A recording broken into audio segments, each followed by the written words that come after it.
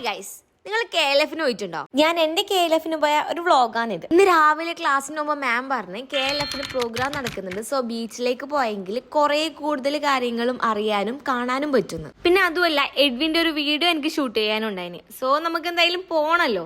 അങ്ങനെ നമ്മൾ നേരെ ഒരു ആഫ്റ്റർനൂൺ 2, 3, 4 എല്ലാം ആകുമ്പോഴത്തേക്ക് നമ്മൾ അടുത്തി ആർട്ടിസ്റ്റ് അവരെ തോട്ട്സ് ഷെയർ ചെയ്യുക, പിന്നെ അവരെ പുതിയ ന്യൂ പ്രൊജക്റ്റ് ലോഞ്ച് ചെയ്യുക, അങ്ങനെ കുറെ പരിപാടികൾ. പിന്നെ അതുമല്ല കുറെ സ്റ്റേജ് പ്രോഗ്രാംസും ഉണ്ടായിട്ടുണ്ട്. അവിടെ പോകുമ്പോൾ ഇത്രയും കഴിവുള്ള ആൾക്കാരെല്ലാം നമ്മളെ ചുറ്റിലുണ്ടെന്ന് പോലും തോന്നിപ്പോകും. നമ്മ ഇങ്ങനെ നടന്നുകൊണ്ട് നിൽക്കുമ്പോൾ നമ്മുടെ ഇടയിൽ കൂടി ഫിലിം മേക്കേഴ്സ് എല്ലാം പോകുന്നത്, ഡയറക്ടേഴ്സ് എല്ലാം. ഓരോ സ്റ്റാളും കാര്യങ്ങളും ഓരോ പ്രൊമോഷൻ, ഇതെല്ലാം ഞാൻ എൻ്റെ ലൈഫിൽ ഈ ഫോണിലും സോഷ്യൽ മീഡിയയിലെല്ലാം കണ്ടിട്ടുണ്ട്. പക്ഷെ ഇത് ഡയറക്റ്റ് കാണുന്ന ഒരു ഞാൻ ചിന്തിക്കും ഇങ്ങനെ, ഇവരെല്ലാം ഇത് നേരിട്ട് കണ്ടിട്ട് എന്താവുന്നു. പക്ഷെ ശരിക്കും നേരിട്ട് എക്സ്പീരിയൻസ് ചെയ്താലേ അത് മനസ്സിലാവും കേട്ടോ.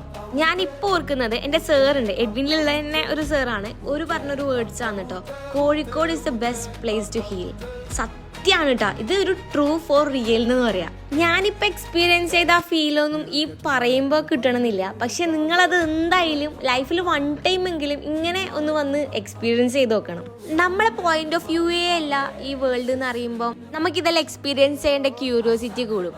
ചിലപ്പോൾ എന്നെ പോലത്തെ മൈൻഡ് സെറ്റ് ആയിരിക്കൂല കേട്ടോ നിങ്ങൾക്ക്. എന്തായാലും ഇതൊന്ന് വന്ന് കണ്ടു നോക്കും. ഓക്കെ, എനിവേ അത് കഴിയട്ടെ. അത് കഴിഞ്ഞിട്ട് ഞാൻ നേരെ പോയത് ഏറ്റവും ഷോക്കായിട്ടുള്ളൊരു സംഭവം കണ്ടു മുമ്പിൽ. അതെന്താണെന്നറിയോ? സുനിത വില്യംസ്. നമ്മളെ വേൾഡിൽ തന്നെ ഏറ്റവും ആർക്ക് ചിന്തിക്കാൻ പോലും പറ്റൂല, സ്പേസിൽ ഒരു 9 മാസത്തോളം ജീവിച്ച ഒരാളെയാണ് ഞാൻ കണ്ടത്. ഈ ടൈമിൽ ഭയങ്കര പ്രൗഡും എക്സൈറ്റഡും ആ ഒരു ഫീൽ ആയിരുന്നു. ഇതെന്റെ ഒരു വിഷ് ലിസ്റ്റാണ്. ആ ഒരു പോസിറ്റീവ് വൈബ് പോകുമ്പോഴത്തേക്കും എൻ്റെ മൈൻഡിൽ എനിക്ക് ഏറ്റവും വലിയൊരു വാങ്ങിക്കണം എന്ന് കരുതിയൊരു സാധനം ഞാൻ പോയി വാങ്ങിച്ചു. മൊത്തത്തിൽ പറഞ്ഞാൽ ഈ ഒരു ദിവസം ഒരു അടിപൊളിയായിരുന്നു.